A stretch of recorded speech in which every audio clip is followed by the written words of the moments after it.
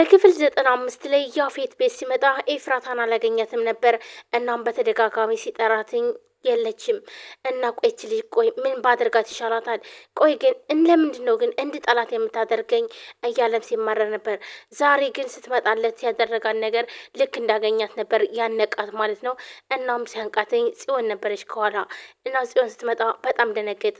ኤፍራታና ጽዮን አብረው ሂደው ነበር ሆስፒታል። እናም ኤፍራታም ነፍሰ ጡር እንደሆነች ይነገራታል።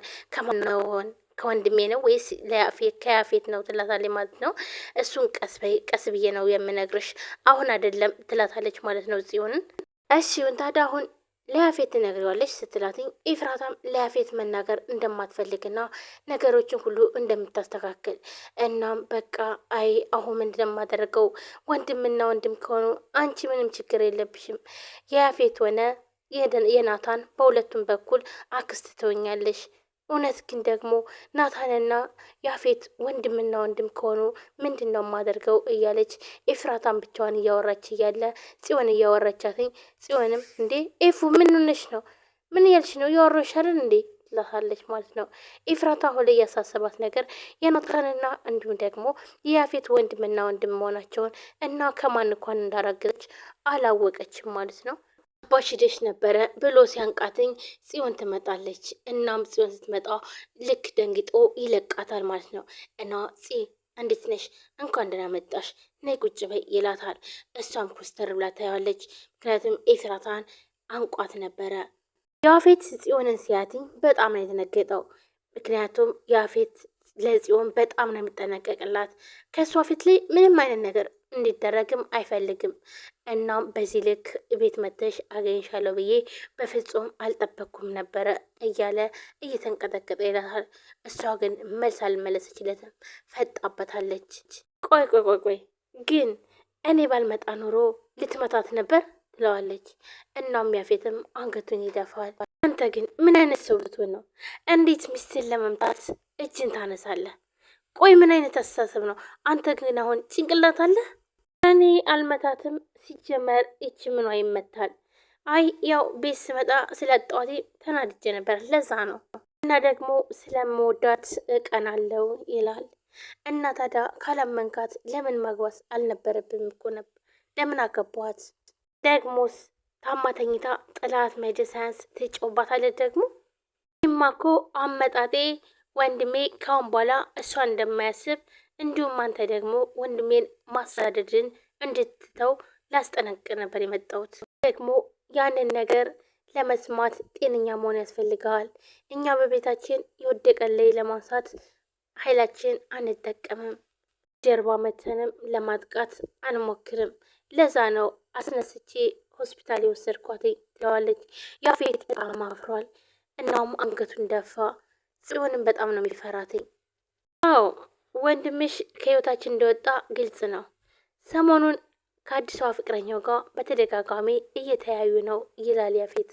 ኤፍራታም እንደዚህ ሲል በጣም ትደነግጥና ፍቅረኛ ምን ማለት ነው ፍቅረኛ?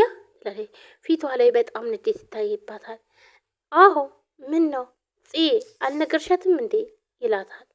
እሱን እንኳን እኔም ካንተ እየሰማው ነው፣ ግን ደግሞ እቅድን በጣም ወድጀዋለሁ። እናም ሳላደንቅህ አላልፍም። ኤፍራታን ከወንድሜ ለማረቅና እንዲሁም ደግሞ እሱ ፈጽሞ እንደማይፈልጋትኝ በደንብ አስረድተልኛል ትለዋለች። እና ደግሞ ለዚህም ደግሞ በጣም አድርጌ አመሰግናለሁ፣ ስራ ቀለልክልኝ ትለዋለች። ያፌትም በጣም ተሸማቋል። በተናገራቸው ቃላቶች በጣም የተሸማቀቀ ነው ያለው። ኤፍራታም ወደ ራሷ መለሳለች እና እቅዷንና ሁሉ ነገሯን አስታውሰች እና አዎ ከመጀመሪያውም እኮ እኔ ራሴ ነኝ የተውኩት። እንኳን አይደለምና አንድ ፍቅረኛ 10 ፍቅረኛ መያዝ ይችላል። ይሄ ደግሞ የእሱ መብቱ ነው ትላለች። ይሄ ደግሞ እኔን አይመለከተኝም ትላለች ኤፍራታም። አዎ እሱን ማወቅሽ ራሱ አንድ ነገር ነው። ለማንኛውም አቶ ያፌት ሚስትን ለምን እንዳገባትና እንዲሁም ደግሞ እንዴት መቅጣት እንዳለብህ ማሰብ አለብህ ትለዋለች ከመምታት በፊት። እናም ኤፍራታን በደንብ ነበር ያነቃተኝ። ምክንያቱም እሷ ባትኖር ኖሮ ወይም ደግሞ ጽዮን ባትመጣ ኖሮ ሊመታት ነበረ። ቃሺ ለማንኛውም ደህና ደሩ ብላ ጽዮንም ለመሄድ ስትሞክር ቆይ ቆይ ስለመሸ እኔ ልሸኝሽ ይላታል። አንድ ነገር ልንገርህ፣ ውጭ አግኝቸው ከሚያስፈራኝ በላይ አንተ በጣም ታስፈራኛለህ ትለዋለች።